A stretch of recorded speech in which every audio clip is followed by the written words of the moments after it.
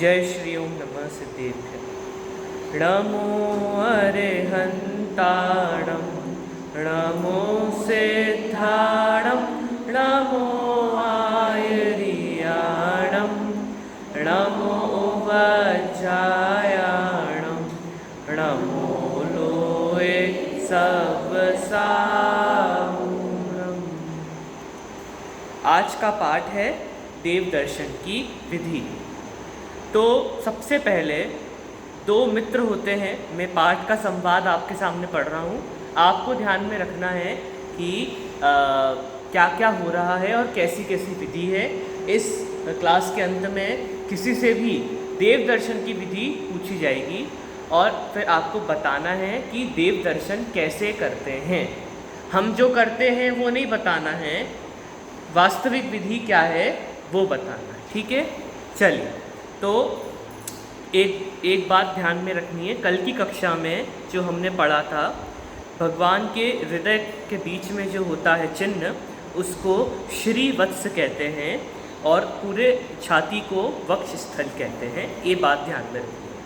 अभी शुरू करते हैं देव दर्शन की विधि। दिनेश बोलता है, भाई जिनेश, ओ जिनेश, कहाँ चले जा रहे हो? फिर जिनेश कहता है, मंदिर में। दिनेश कहता है, क्यों? जिनेश कहता है, जिनेंद्र भगवान के दर्शन करने। दिनेश, अच्छा, जिनेंद्र भगवान के दर्शन करने, चलो मैं भी चलता हूँ तुम्हारे साथ मंदिर। जिनेश कहता है, तुम चलोगे तो चलो, पर पहले ये चमड़े का बेल्ट खोल कर आओ। तुम्हें पता नहीं, मंदिर में चमड़े की वस्तु नहीं पहन के जाया करते। पहला पॉइंट, क्या मंदिर में कभी भी चमड़े की वस्तु और उसके अलावा वैसी वस्तु जो कि हिंसक सामग्री से बनी है, जैसे कि सिल्क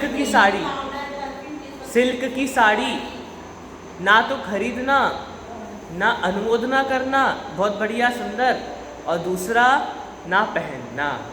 ठीक है, क्योंकि भले ही वो कैसी भी हो, परंतु उससे जीव हिंसा बराबर होती है। और पुरुषों में चमड़े के सामान ना खरीदना ना पहनना। ठीक है, तो क्या कहा, आपको चमड़े के सामान बाहर छोड़कर आने हैं।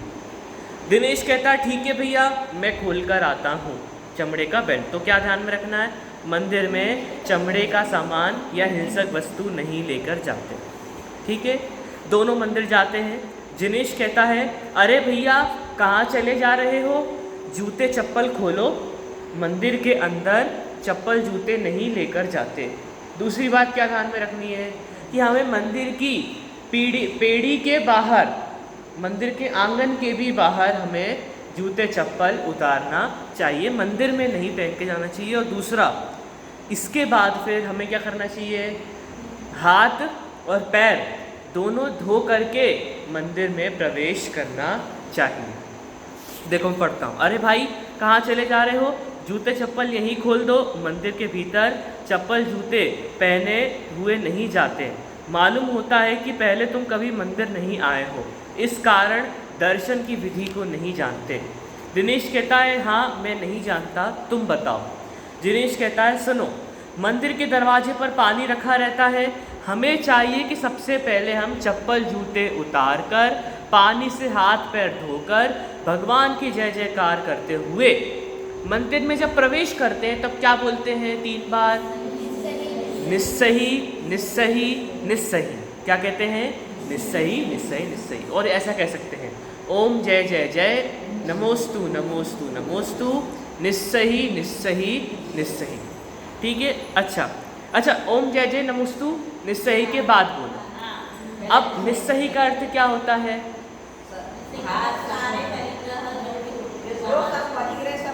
नहीं, परिग्रह नहीं। निस्सही का मतलब होता है सर्व सांसारिक कार्यों का निषेध। लिख लो। निस्सही का अर्थ होता है सर्व सांसारिक कार्यों का निषेध। अब इसका मतलब क्या हुआ कि मंदिर में आने के बाद आप संसार के कोई भी कार्य ना तो करेंगे ना सोचेंगे। कृत कारित और अनुमोदना ना करेंगे ना सोचेंगे, मन वचन काय से ना बोलेंगे। तो अब मंदिर के भीतर आके क्यों कौन सी सब्जी बना रही हो, या क्यों उसकी बहू अभी तक आई कि नहीं आई, या क्यों तुम्हारी दादी बीमार है क्या, ये सारी बातें मंदिर के अंदर वो क्यों नहीं आई अभी तक, रात का 12 है। तो अब क्या होता है, सुनो, अब सबने लिख लिया। होता क्या है, हम मंदिर में आते हैं तो हमें ये ध्यान में नहीं होता और हम किसी से ही पूछ लेते हैं कैसे हो, आपकी तबीयत तो ठीक है, और आपके वो आए नहीं अभी तक, आपके मतलब घर में क्या बन रहा है, मेहमान आए थे, कौन आए थे, किस लिए आए थे, रिश्ता हो गया, शादी हो गई, सगाई हो गई, ये सारी बातें मंदिर में नहीं। जय जिनेंद्र भी नहीं बोलना। ठीक है, तो ये अक्सर समाज को, जनता को नहीं पता कि मंदिर में एक तो जय जिनेंद्र नहीं बोलते, ठीक है, पहला, और दूसरा क्योंकि हम तीर्थंकर के समूह शरण में हैं तो आपसी अभिवादन नहीं, जैसे हम ताली नहीं बजाते क्योंकि भगवान है, वैसे हम जय जिनेंद्र नहीं बोलते, भगवान के सामने अन्य कार्य नहीं करते। तो निस्सही का अर्थ होता है कि हमने सारे संसार के कार्य, सारे संसार के संबंध बाहर छोड़ दिए, अब हमें भगवान के दर्शन करने के लिए ही अंदर जाना है, संसार की बातों के लिए नहीं। अच्छा, अगर आप ऐसा करते हो तो बहुत पाप लगता है। अगर आप मंदिर में ये सारी बातें करते हो या करते नहीं तो सोचते हो, क्या सोच रहे हैं कि आज इसने बहुत अच्छी साड़ी पहनी है, आज ये जल्दी मंदिर आ गई, आज ये मंदिर नहीं आई, इनके रिश्तेदार आए हैं, ये कौन है, मौसी है कि मौसी की बेटी है। हाँ, नहीं आना चाहिए। तो आए तो अपने आप को रोको, उसका विकल्प ध्यान में रखो।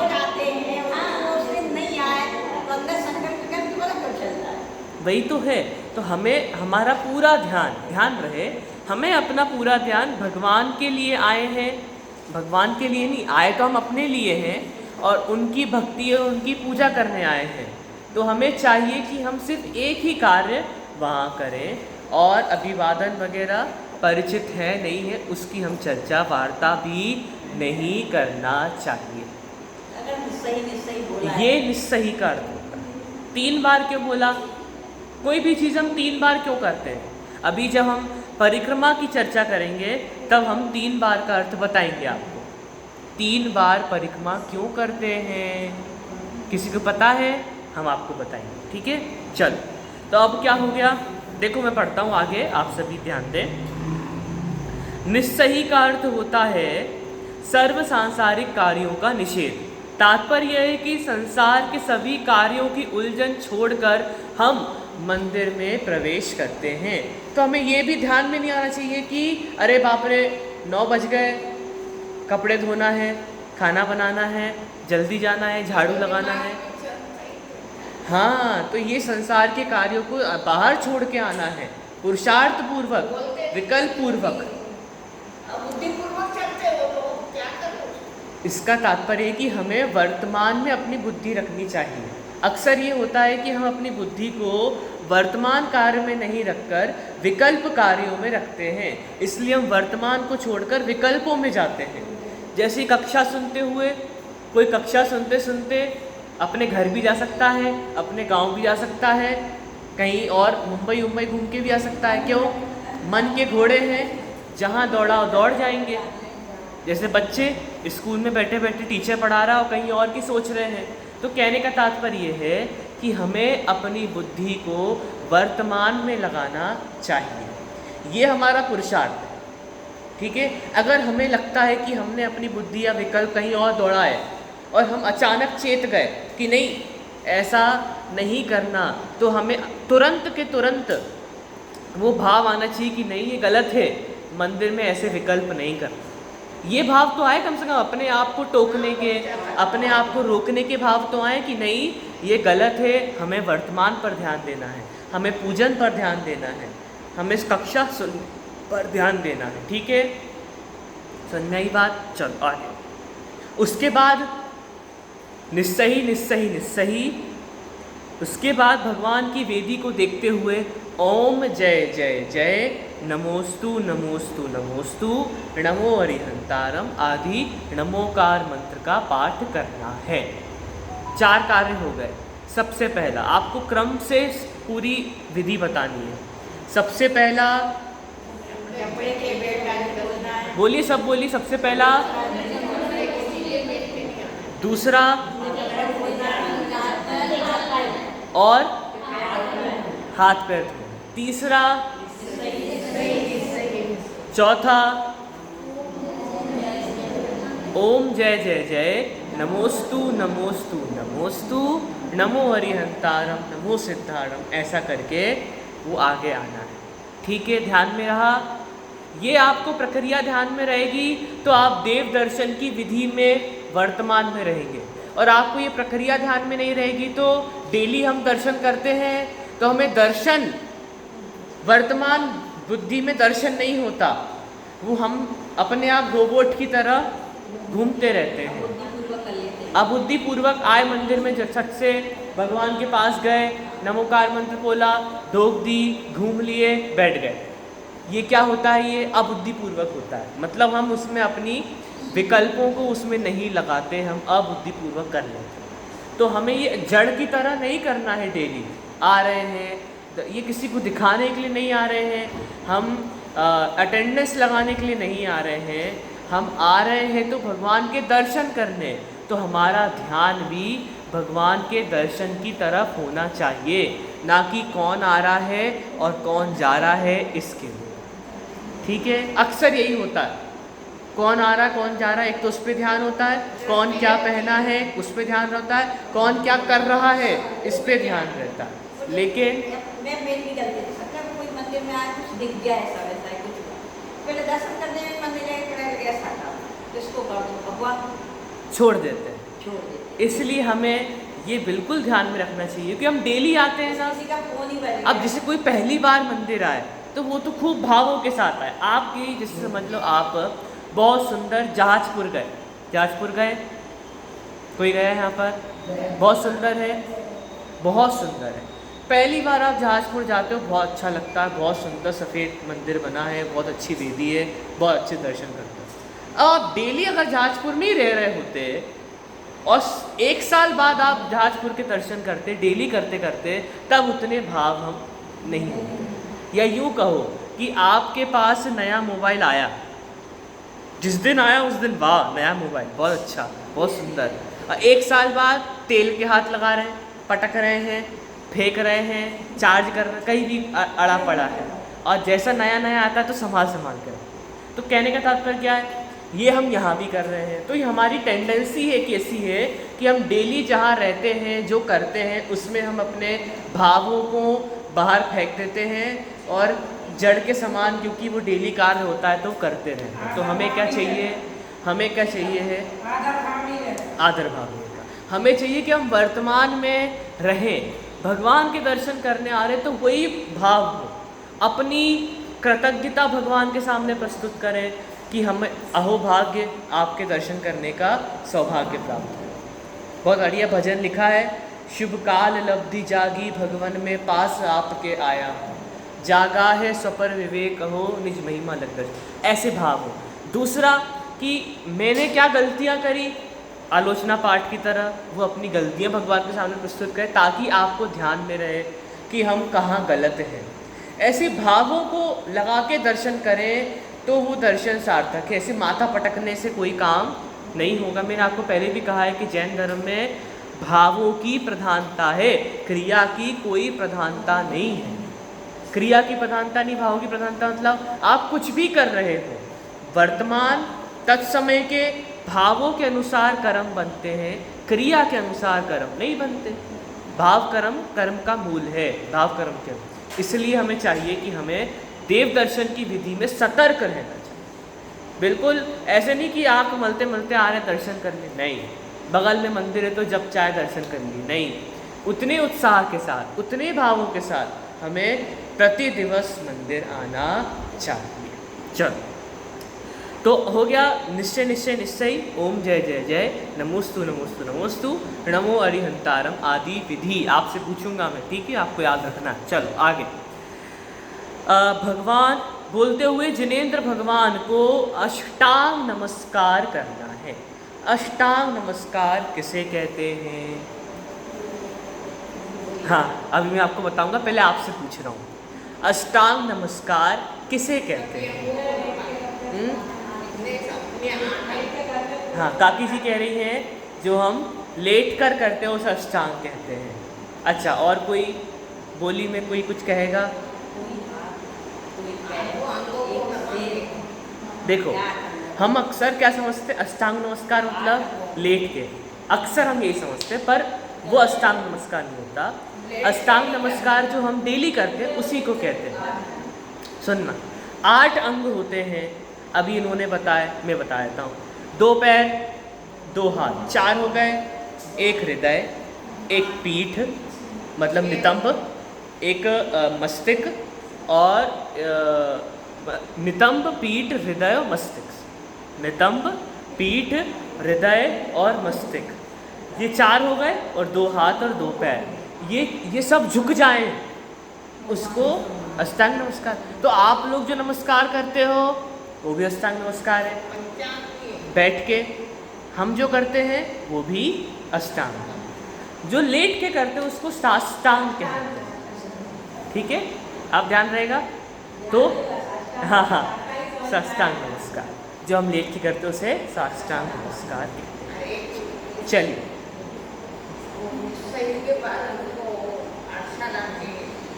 एक संस्कृत में श्लोक सिखाया। कौन सा?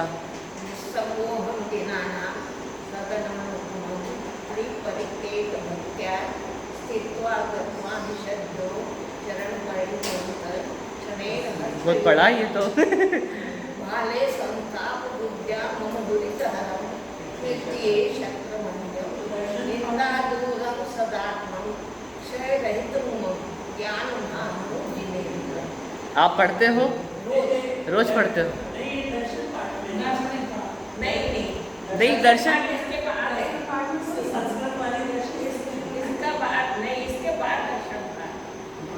बाकी दर्शन पाठ भी अच्छा है, आपको दर्शन पाठ करने से बहुत बढ़िया, गजब का। चलो, इतना याद हो गया। 4 पॉइंट।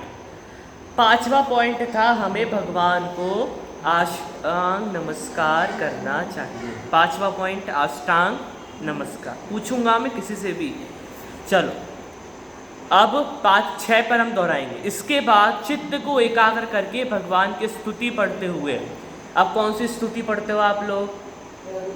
प्रभु पतित पावन, वीतराग सर्वज्ञतंकर, अहो प्रभु, ठीक है, दर्शनम देवदेवस्य, अति पुण्योदय मम। ठीक है, ये याद होना चाहिए। कौन सी याद है आपको? प्रभु पतित पावन याद है? पक्का पढ़ते हो? हाँ। तो अब आप एक आध और याद कर लो। तो रोज बोलो, बराबर याद रहेगा।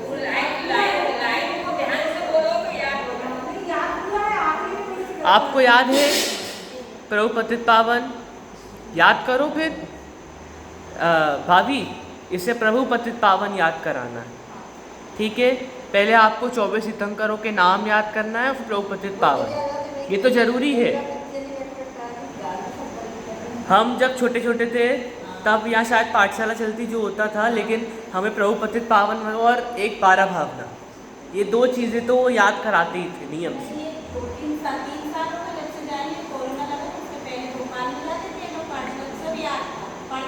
सब भूल गए। अब याद करना आपको। याद करोगे तो आप अच्छा पुरस्कार दूंगा, एग्ज़ाम पैड दूंगा। ठीक है, अगर मेरे को प्रभु पतित पावन जिस दिन सुनाओगे उस दिन दूंगा। ठीक है, याद से। चलो, अब चित्त को एकाग्र करके भगवान की स्तुति पढ़ते हुए 3 प्रदक्षिणा देनी चाहिए। परिक्रमा कहो या प्रदक्षिणा? परिक्रमा कहो या प्रदक्षिणा? अच्छा, अब 3 क्यों? देखो, 3 का मतलब होता है, आपने संस्कृत में पढ़ा होगा, बहुत सारे अर्थ हैं, मैं 2-3 बताता हूँ। संस्कृत में होते हैं 3 वचन, एक वचन, 2 वचन और बहुवचन। तो जब 3 पर आ जाते हैं ना हम, तो 3 मतलब होता है बहुवचन। 3 बार प्रदक्षिणा दी मतलब हमने दुआ करो। पहला। दूसरा होता है 3 का मतलब रत्नत्रय। भगवान की 3 प्रदक्षिणा दे करके भगवान से हम 3 रत्नत्रय की इच्छा रखते हैं कि हमें सम्यक दर्शन, सम्यक ज्ञान, सम्यक चारित्र की प्राप्ति हो। और प्रदक्षिणा का मूल अर्थ होता है कि भगवान को चारों ओर से निहारना। अब ये पीछे आजकल बना देते हैं, पर अगर नहीं हो और भगवान खुले बैठे हो तो भगवान को आप चारों ओर से दर्शन करो बराबर। और 3 बार दर्शन करने का मतलब अनंत बार दर्शन कर लिए ऐसा होता है। तो आप 3 बार प्रदक्षिणा देते हैं और भगवान को दर्शन करते हुए प्रदक्षिणा देना। अब हम क्या करते हैं, यहाँ से निकले तो वहाँ देख रहे हैं, यहाँ से निकले तो यहाँ देख रहे हैं, वहाँ पहुँचे तो वहाँ देख रहे हैं, भगवान को नहीं देख रहे हैं, तो ये प्रदक्षिणा में नहीं गिना जाएगा। आपको प्रदक्षिणा देनी है तो फुल फोकस भगवान कैसे बैठे हैं, हिल डुल तो नहीं रहे, कैसी उनकी वितराग मुद्रा है, क्या सोच रहे हैं, क्या उनको भूख नहीं लग रही, विचार करो। आपके विचारों में ही शक्ति है, विचारों में ही आप आगे बढ़ोगे। हम जितना विचार करते हैं हम उतनी बार उस विकल्प को लेके आते हैं, तो उतनी बार हमारे चित्त में आता है। हम सोचेंगे कि क्या करना है क्या करना है, तो वहाँ की बात रहेगी। हम भगवान को देख के कुछ भी विचार आता है, भगवान की कैसी मुद्रा है, हाथ पे हाथ क्यों रखे हैं, छोटे हैं बड़े क्या है, आप देखो, दर्शन करो, तो आप निहारो। ये कार्य है प्रदक्षिणा का। 3 बार प्रदक्षिणा देते हुए आपको भगवान के चारों ओर से दर्शन करना। ठीक है, ध्यान में आ गया। और 3 बार क्यों की जाती है? 3 बार का अर्थ होता है बहु, तो बहुत बार। 3 बार मतलब बहुत। ठीक है, चलो अब प्रदक्षिणा कर ली, हो गया। आपने 5वें नंबर पे नमस्कार किया, 6वें नंबर पे स्तुति पढ़ते हुए प्रदक्षिणा, 7वें नंबर पर भगवान को नमस्कार कर 9 बार नमोकार मंत्र पढ़ते हुए कार्योत्सर्ग किया। ये नाम सुना इससे पहले आपने? कार्योत्सर्ग सुना है? मतलब अपन क्या कहते हैं, 9 बार नमोकार मंत्र पढ़ो, उसको क्या कहते हैं? उसका मतलब क्या होता है मैं बताता हूँ। पहले तो नाम सुना है कि नहीं ये बताओ। सुना है ना? अपन कहीं पढ़ते तो इति कार्योत्सर्ग करोमि, तो कार्योत्सर्ग का मतलब होता है काया के प्रति उत्सर्ग करना। क्या करना? काया के प्रति उत्सर्ग, और उसी का नाम है कायोत्सर्ग। लिख लो, काया के प्रति उत्सर्ग। अब उत्सर्ग मतलब क्या होता है? निर्ममत्वता के भाव। निर्ममत्वता के भाव मतलब ये शरीर मेरा नहीं है ऐसा भाव रखते हुए, क्योंकि हम सामायिक कर रहे हैं तो हाँ हाँ, अब हम सामायिक करते तो वो कार्योत्सर्ग है। जब आप सामायिक कर रहे हैं तो आपको ये ध्यान में होना चाहिए कि हमारी शरीर हमारा नहीं है, ये शरीर तो किराए का है या पड़ोसी है। हम जो हैं वो अनादि निधन हैं, अभी यहाँ हैं, कल को कहीं और होंगे। ठीक है, तो हमें ये इसको कहते हैं कायोत्सर्ग। उत्सर्ग मतलब निर्ममत्वता के भाव, ममत्व नहीं होना, त्याग के भाव। ठीक है, छोड़ने के भाव, उससे उत्सर्ग कहते हैं। ठीक है, अब आपको समझ में आ गया? कायोत्सर्ग मतलब काया के प्रति उत्सर्ग भाव। तुम नमोकार मंत्र पढ़ते हुए ये विचार करें कि शरीर मेरा नहीं है, ऐसा भाव रख करके जो कायोत्सर्ग करे। तब शरीर में कोई भी हलन चलन हो, कोई भी दिक्कत हो, कोई मच्छर काट रहा हो, पैर दर्द हो रहा हो, तब आपको वो नहीं छोड़ के सोचकर नमोकार मंत्र पर ध्यान देना है। ठीक है, इसको कायोत्सर्ग कहते हैं। अच्छा, और क्या? इसके बाद शांति से बैठकर, अच्छा अभी दर्शन विधि खत्म नहीं हुई, हम क्या समझते हैं कि अब खत्म हो गया। ये दर्शन विधि का दी एंड था। क्या क्या पढ़ लिया अभी एक बार अपन दोहराते। सबसे पहला सबको बोलना, सबसे पहला, दूसरा सब लोग बोलो, पैसे नहीं ले रहा हूँ मैं, बोलो। चप्पल जूते बाहर खोलकर, हाथ पैर धोकर अंदर आ। फिर 3 बार, फिर नमोस्तु नमोस्तु नमोस्तु नमो अरिहंतारम पाठ कर। फिर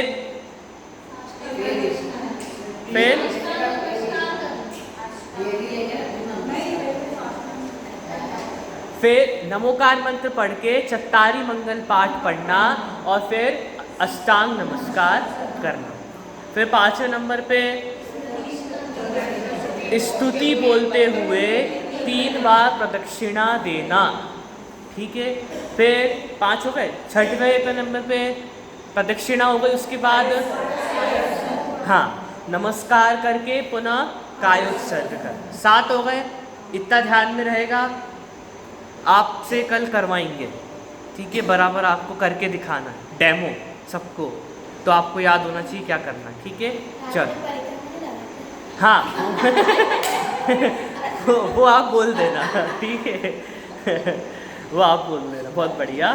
चलो अब आखिरी 8वां नंबर। अभी हम समझते हैं कि यहाँ ख़त्म हो गया, नमोकार मंत्र पढ़ के चलो वापस, अब नहीं।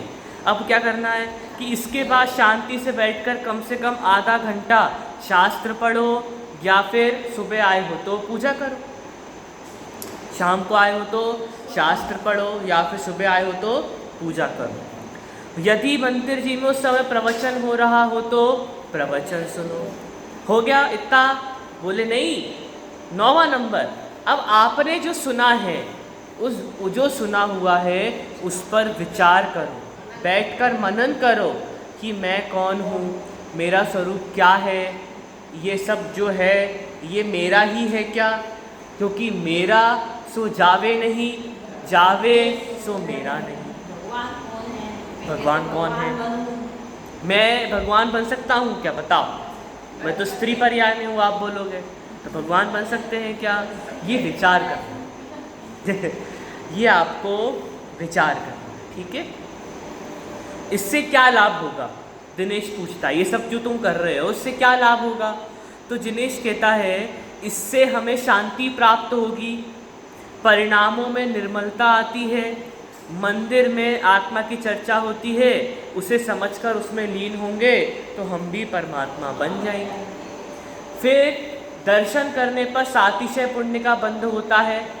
जो जीव वास्तव में दर्शन करता है उसे अच्छे पुण्य का बंध होता है। देव दर्शन से बहुत अच्छे पुण्य का बंध होता है, हाँ, अच्छी क्वालिटी में। लेकिन वो होना चाहिए कि आपका ध्यान देव दर्शन पर हो, आपके परिणाम देव दर्शन के हो, आपके भावों में देव दर्शन प्रमुख हो, ना कि आजू बाजू के काम, ना कि मंदिर जाना है एक काम है। जैसे कि नहाना एक काम हो गया है, वैसे ही मंदिर जाना एक काम हो गया है, तो ये गलत है। हमें अपने आप को सुधारना है। मंदिर जाना एक काम नहीं है, ये हमें परिणामों की निर्मलता के लिए और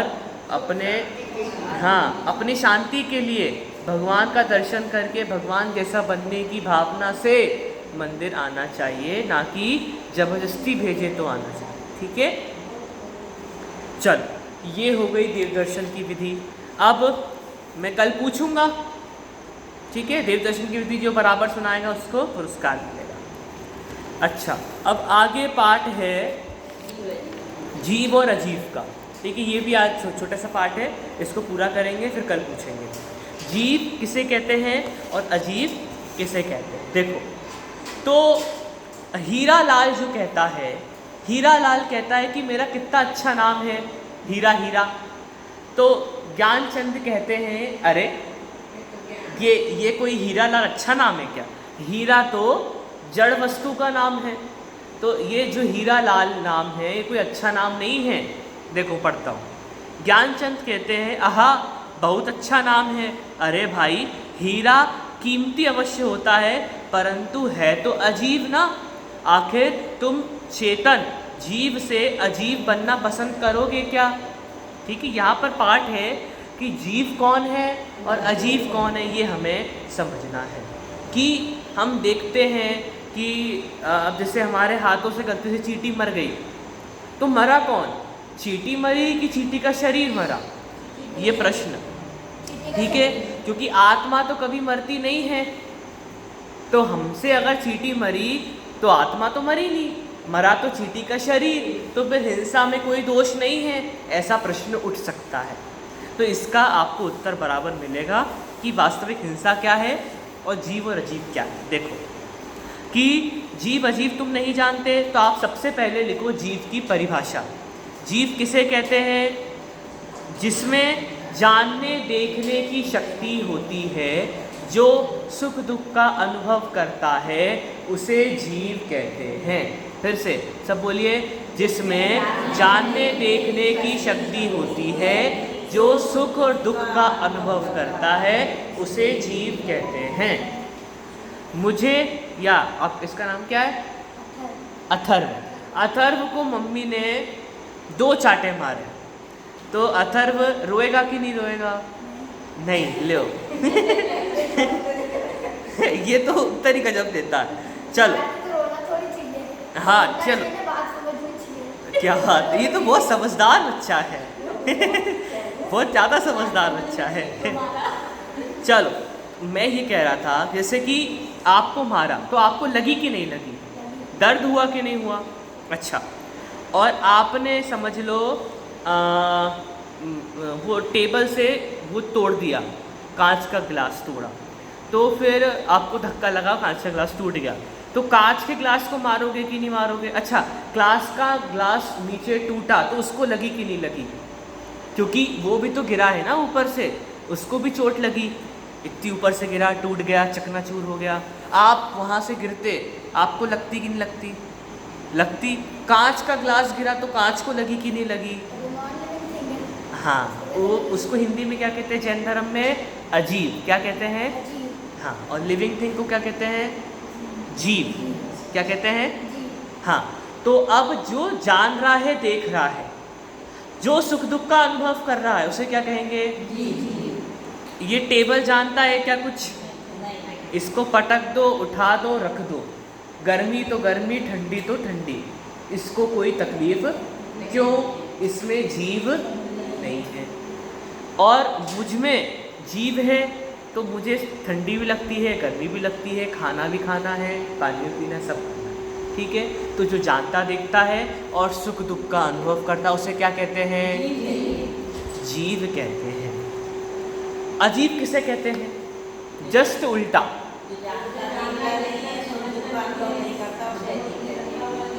लिख लो, उसमें नहीं लगा दो। जो जानता देखता नहीं है, सुख दुख का अनुभव नहीं करता, उसे अजीब कहते हैं। अजीब का दूसरा नाम क्या है? जड़।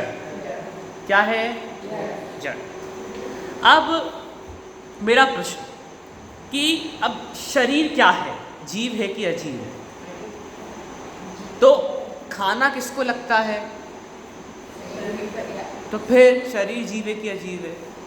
शरीर तो अजीब है, और उसके अंदर आत्मा है, वो जीव है। बहुत कंफ्यूजन है फिर तो ये। चलो हम आगे पढ़ते हैं। देखो आगे पढ़ते हैं। इतना समझ में आ गया? लिख लिया आपने? अजीब किसे कहते हैं? जिसमें ज्ञान नहीं है। अब ज्ञान क्या होता है? ज्ञान किसे कहते हैं? लिख लो, ज्ञान इज इक्वल टू जानने देखने की शक्ति, उसको ज्ञान कहते हैं। जानने देखने की शक्ति को ज्ञान कहते हैं। अब आप समझ रहे हैं, आप जान रहे हैं, आप महसूस कर रहे हैं, ये किससे कर रहे हैं? ज्ञान से। ज्ञान क्या है? ज्ञान गुण है। किसका गुण है? जैसे कि ये क्या है? रंग में क्या है? ये काला। वजन है कि नहीं है? और टच है कि नहीं है? है। इसके बाद फिर इसमें खाएंगे तो रस है कि नहीं है? अरे ऐसे कैसे नहीं है? सब में रस होता है। सारी वस्तु जो जड़ है, जो अजीब है, जो पुद्गल है, उसमें स्पर्श रस गंध वर्ण होता है। कलर है, वर्ण है, खुशबू है, इसकी जो खुशबू है, स्वाद है, भले वो आपको ख्याल में आए नहीं आए, स्वाद नहीं, पर स्वाद है। तो ये क्या है? ये जड़ है। इसके गुण हैं कलर, सूंघना, खाने का स्वाद आना, वजन होना ये इसका गुण है, आत्मा का गुण नहीं है। खाना, आत्मा को खा सकते हैं क्या? आत्मा को सूंघ सकते हैं क्या? आत्मा को छू सकते हैं क्या? देख सकते हैं क्या? नहीं, क्योंकि उसमें ये गुण नहीं है। तो फिर आत्मा गुण क्या है? ज्ञान। आत्मा का काम है जानना, आत्मा का काम नहीं है दिखना, खाना नहीं है, जानना।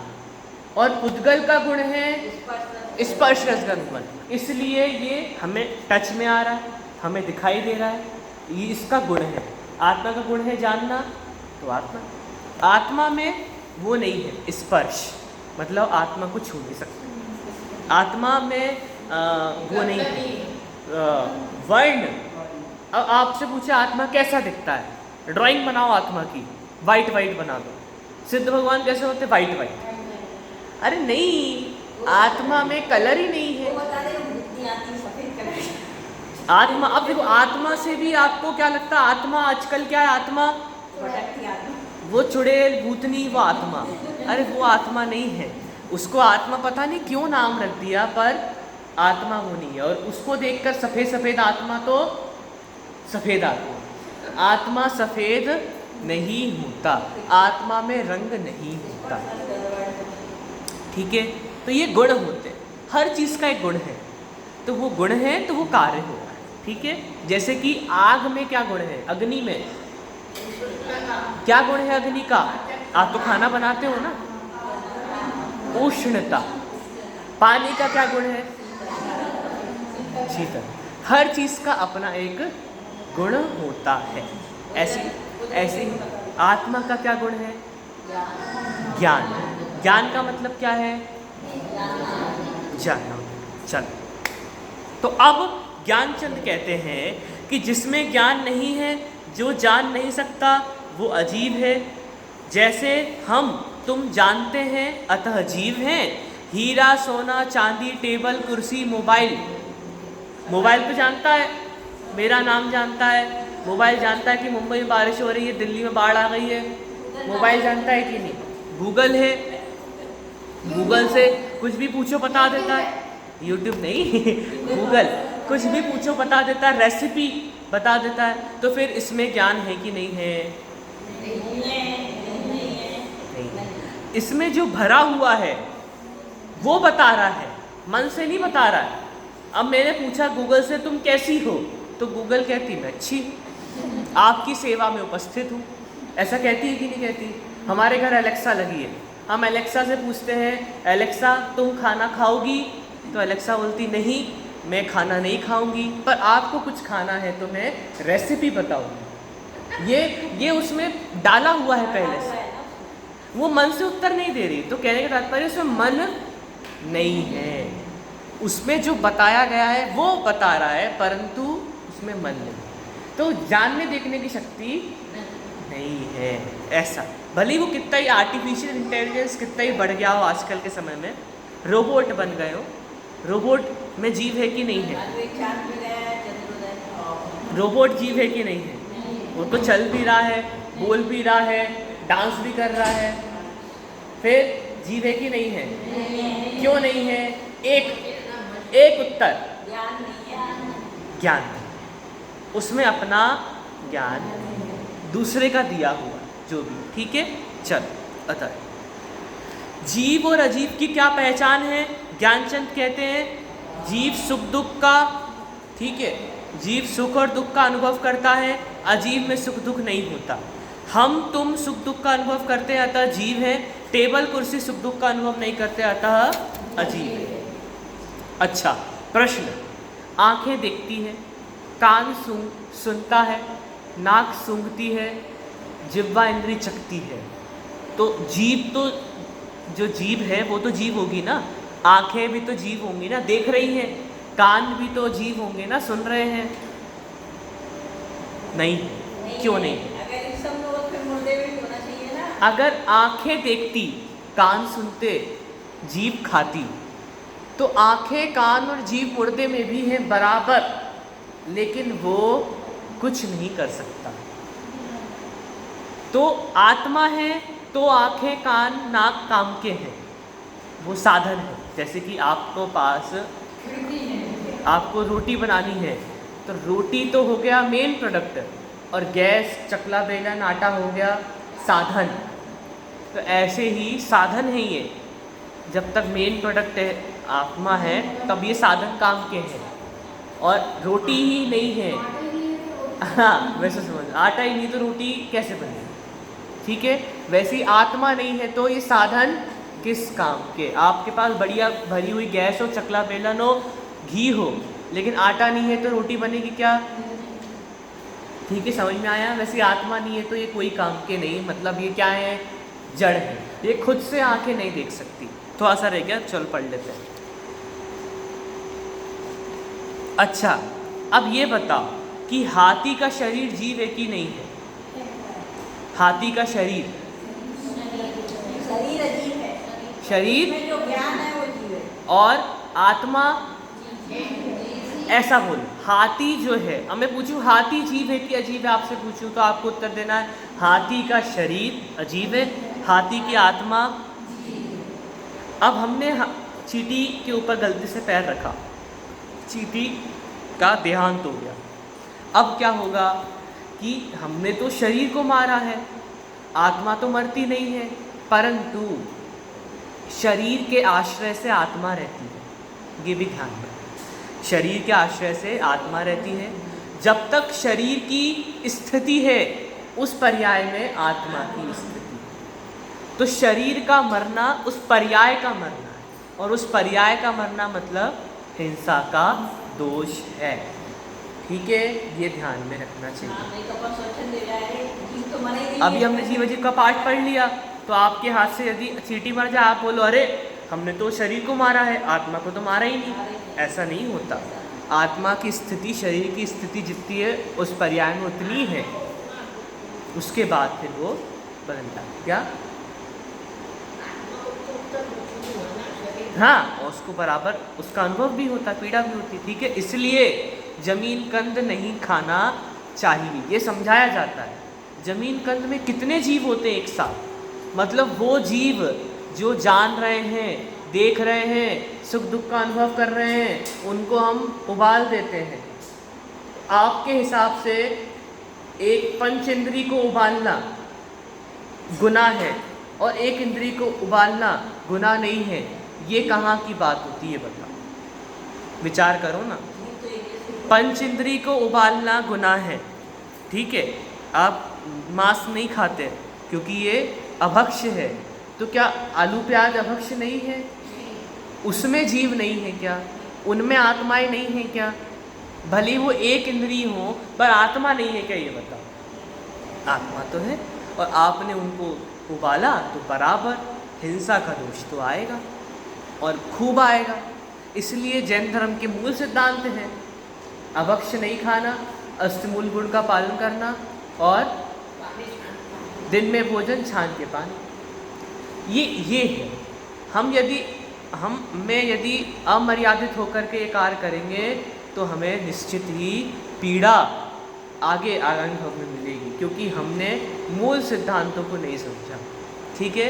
इसलिए ये पाठ पढ़ के हम बराबर समझें कि हम जो कर रहे हैं वो हिंसा कर रहे हैं जीवों की, और जीव वही है जो जानता है, देखता है, सुख दुख का अनुभव करता, भले वो एक इंद्रिय हो, पेड़ हो, उसका भी सुख दुख है, उसको भी पीड़ा है, और भले ही वो पंच इंद्रिय, उसको भी पीड़ा है, ठीक है। विचार करना, कल चर्चा करें, ठीक है।